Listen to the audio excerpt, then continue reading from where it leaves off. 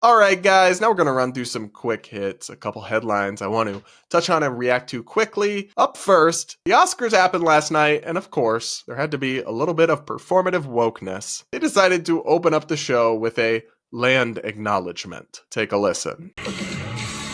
We gather in celebration of the Oscars on the ancestral lands of the Tongva, Tataviam, and Chumash peoples, the traditional caretakers of this water and land.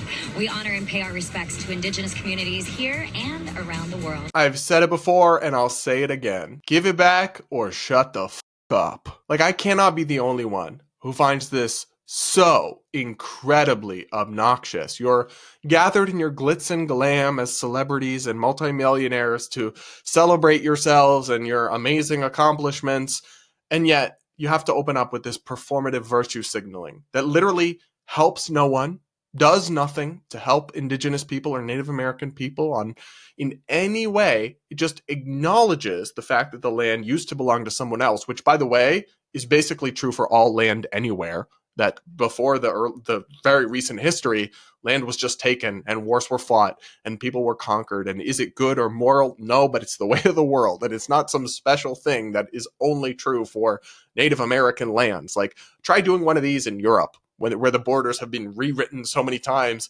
And also, in many cases, these native tribes warred with each other and took land from each other. It's just, the whole thing is a ridiculous mess. And it's so performative and obnoxious. It just makes me want to pull my hair out every time. I saw this funny tweet from this guy, Leo Sapir. He tweeted, kind of a mockery of this and said, "This is your land. I stole it, and I'm going to continue occupying it. But I just wanted you to know that I know it's yours.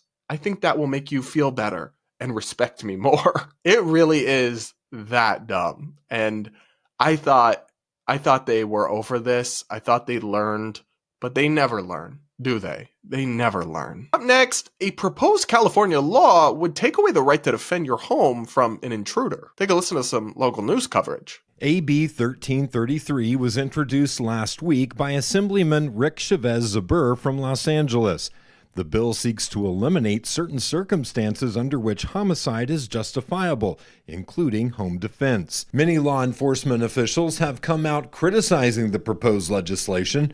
I spoke with the Tehama County Sheriff Dave Kane to get his perspective. We are swinging so far outside the realm of what is reasonable by telling people now that under certain circumstances they can't protect themselves in their own home against a criminal element is probably one of the most ridiculous things I've ever heard of. Hey, so this is insane. This is actually wild. The fact that somebody actually thinks this is a good idea. I hope it doesn't pass. To be clear, it's just a proposal for now. But if you break into someone's home, you're a criminal, you are a burglar, and they shoot you, that's on you, babe. You played stupid games, so you won stupid prizes. You're not a victim. You haven't been assaulted. That's self-defense. Someone's home, especially when their family is upstairs and they're protecting their family, is an extension of their self. You're attacking them by breaking into their home in the middle of the night. And if you get shot, that person being brought up on murder charges or whatever this lawmaker is trying to bring about is crazy. What they're saying is, oh, well, you should have to wait until the burglar immediately threatens your life or your family's life, and then you can maybe act. But then it might be too late, dummy. It might be too late. You have to use maybe the element of surprise if they break in your house in the middle of the night. It's just crazy. As if there's some epidemic of people wrongfully killing burglars. That's not a common thing. And when it happens, again, like, FAFO, okay?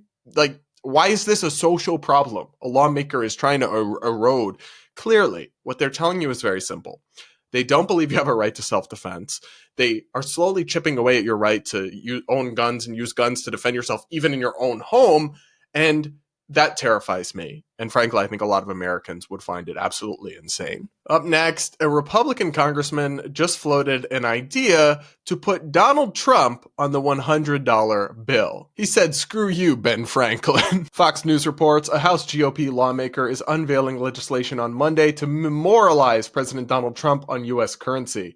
Representative Brandon Gill, a Texas Republican, told Fox News he would be introducing a bill to put Trump's likeness on the $100 note after his current term. him. Sorry, but this is incredibly cringe, and we should not do this. We don't do this for living presidents, typically. It is done after they pass away, and maybe at that point, once you see how his second term plays out, by the way. We got 4 years, a long time, so kind of premature to declare it a success and want to honor him. Could be, but you kind of have to see how that plays out.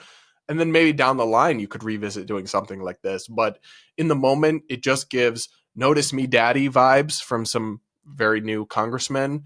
And it's just cringe virtue signaling. And honestly, like, they got to stop doing this. It's okay to support Trump, to agree with a lot of his agenda. But some of these Republicans give like red hat NPC vibes.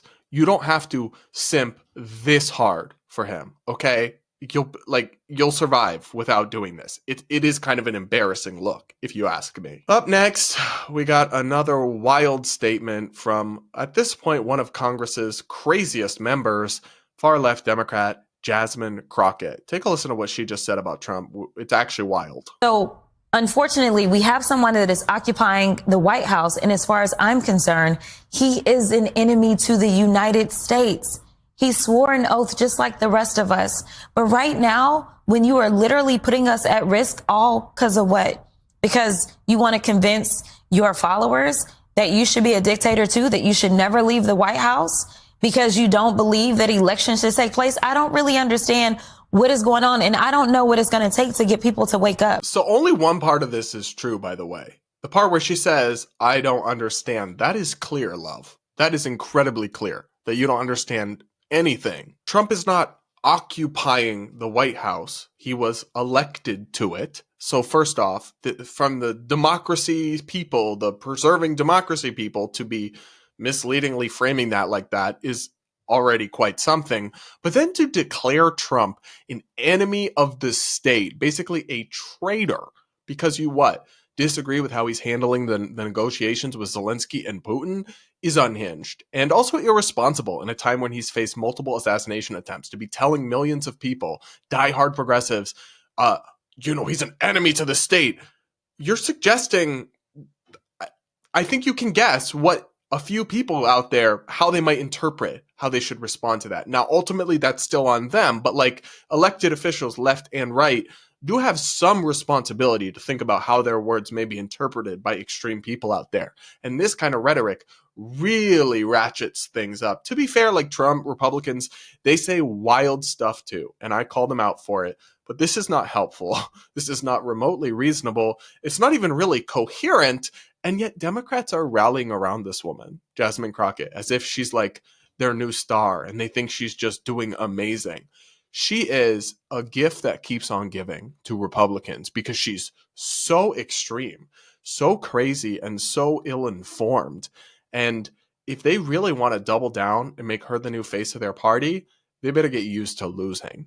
That's all I'll say. They better get used to that. All right, guys, that's going to be it for this episode of the Brad vs. Everyone podcast. Thank you all so much for tuning in and joining me. Do make sure you're subscribed if you aren't yet. Do hit that like button before you go. Comment with your thoughts. I do take the time to read the comments, and I always love hearing what you guys have to say. And we will talk again real soon.